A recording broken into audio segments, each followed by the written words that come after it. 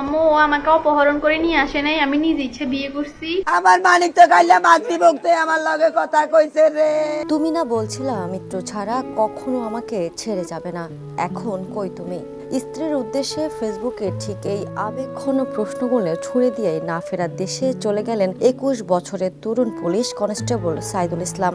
মাত্র 9 মাস আগে দেশ সেবার ব্রত নিয়ে পুলিশে যোগ দেওয়া এই তরুণের জীবন প্রদীপ নিভে গেল এক বুক অভিমান আর মানসিক যন্ত্রণায়। শুধু শুধু মামলা দিয়েন না, মামলা দিয়ে পরে ভেজাল হবে। রাজধানীর ডেমরা পুলিশ লাইন্সের একটি বহুতল ভবনের 7ম তলা থেকে উদ্ধার করা হয়েছে কনস্টেবল সাইদুলের ঝুলন্ত মরদেহ। নিহত সাইদুল ফেনী সদর উপজেলার লেমুয়া ইউনিয়নের উত্তর চাঁদপুর গ্রামের মোহাম্মদ সাদিকের একমাত্র ছেলে। পারিবারিক সূত্রে জানা যায়, প্রেমের সম্পর্কের সূত্র ধরে পরিবারের অমতে গিয়ে সোনাগাজীর এক তরুণীকে বিয়ে করেছিলেন সাইদুল। কিন্তু বিয়ের মাত্র 1.5 মাসের মাথায় পারিবারিক কলহের জেরে ঘটে বিবাহ বিচ্ছেদ। স্বজনদের দাবি, ভালোবাসার মানুষের দেওয়া এই চরম আঘাত আর বিচ্ছেদের কষ্ট কোনোভাবেই মেনে নিতে পারছিলেন না সাইদুল। দীর্ঘদিন ভুগছিলেন তীব্র মানসিক বিষণ্ণতায়। মিথ্যা অপবাদে মামলা দিয়েন না, আর মানলে মানি নেন।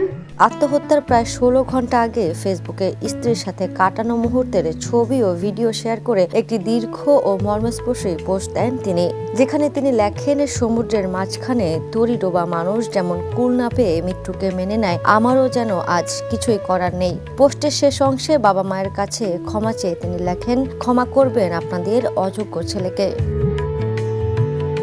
বৃহস্পতিবার রাতে সহকর্মীরা তাকে অচেতন অবস্থায় উদ্ধার করে ঢাকা মেডিকেল কলেজ হাসপাতালে নিয়ে গেলে কর্তব্যরত চিকিৎসক মৃত ঘোষণা করেন তাকে। একমাত্র ছেলেকে হারিয়ে ফেনীতে তার গ্রামের বাড়িতে এখন চলছে শোকের মাতম। এই ঘটনায় ডেমরা থানায় একটি অপমৃত্যু মামলা দায়ের করা হয়েছে। একটি সম্ভাবনাময় জীবনের এমন করুণ সমাপ্তির পেছনে আসলে কারণ কি তা খতিয়ে দেখতে তদন্ত শুরু করেছে পুলিশ। আমি ওর সাথে আসছি, সেফ আছি। Desk report, the news.